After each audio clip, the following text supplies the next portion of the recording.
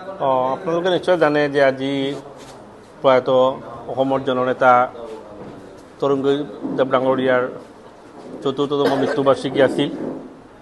আজি এইটো উদযাপন কৰা হ'ল, অবজাৰ্ভ কৰা হ'ল।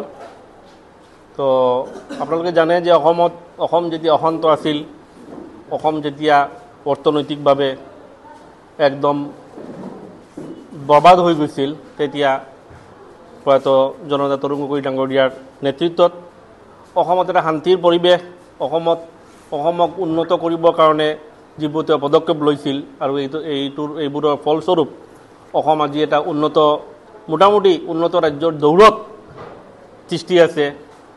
আজি আলপাৰ সমস্যা হওক, BTD সমস্যা হওক, অসমৰ কয়েক লাখ কিলোমিটাৰ ৰাস্তা অসমত তৰুণ গগৈদেৱৰ নেতৃত্বত হৈছে।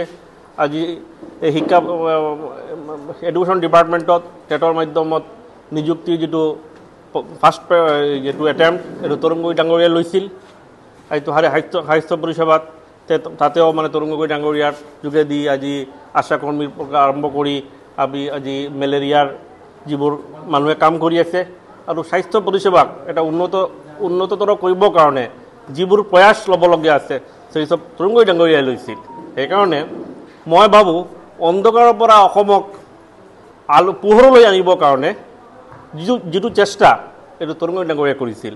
আজি অসম শান্তি হৈ আছে, একমাত্ৰ কাৰণ তৰুণ গগৈৰ মতো এজন দৃঢ় পদক্ষেপ ল'ব পৰা এজন সংগ্ৰামী এজন নেতা।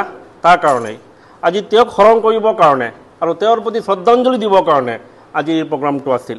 দ্বিতীয় কথা, আজি তেওঁৰ সুযোগ্য সন্তান অসমৰ এই দুৰ্নীতিপৰায়ণ চৰকাৰৰ বিপক্ষে থিয় হ'ব পৰা এজন ব্যক্তিত্ব গৌৰৱ গগৈ।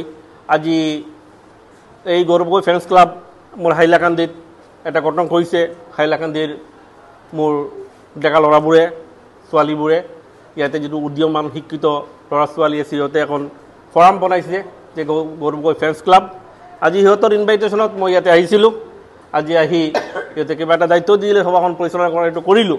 কিন্তু ডাঙৰ কথা হ'ল যে তৰুণ গগৈদেৱৰ যিটো অসমত যিটো অৱদান তেওঁৰ সেইটোক আজি স্মৰণ কৰিলোঁ, তেওঁক শ্ৰদ্ধাৰ্ঘ অৰ্পণ কৰিলোঁ আৰু তেওঁৰ প্ৰতি সন্মান প্ৰদৰ্শন কৰিলোঁ। এইটো আজি এই সভাৰ মুখ্য উদ্দেশ্য আছিল। তাৰ লগতে আজি গৌৰৱ গগৈ ফেন্স ক্লাবৰ যিটো শুভ সূচনা ইয়াতে হ'ল, মোৰ বিভিন্ন এই ইনভাইটসকল ইয়াতে আহিছিল, চবৰ যোগেদি চবৰ হাতেৰে ধৰি আজি গৌৰৱ গগৈ ফেন্স ক্লাবৰ নতুন হ'ল হাইলাকান্দিত। এইখিনি আৰু সভাপতিটো আগৰ পৰা হৈছিল মোৰ জ্যোতিপ্ৰকাশ কৰ।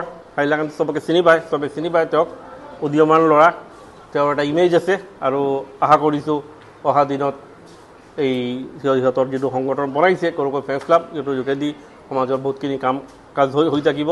আজি সিহঁতে ফাৰ্ষ্ট এটেম্প্ট হিচাপে এই গৌৰৱ গগৈ ফেন্স ক্লাব সিহঁতৰ ফাৰ্ষ্ট এটেম্প্ট হিচাপে আজি সিহঁতে দুখীয়া মানুহৰ ওচৰত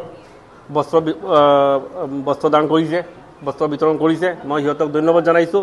বিশেষকৈ মোৰ সভাপতি জ্যোতিপ্ৰকাশ কৰ আৰু জেনেৰেল ছেক্ৰেটাৰী এনামুল চৌধুৰী, সিহঁতে কিমান কষ্ট কৰি আজি এটা সভাৰ আয়োজন কৰিছে আৰু এই দুখীয়া মানুহক কিবা এটা তুলি দিবৰ কাৰণে প্ৰয়াস লৈছে। সেইকাৰণে সিহঁতকো মই ধন্যবাদ জনাইছোঁ।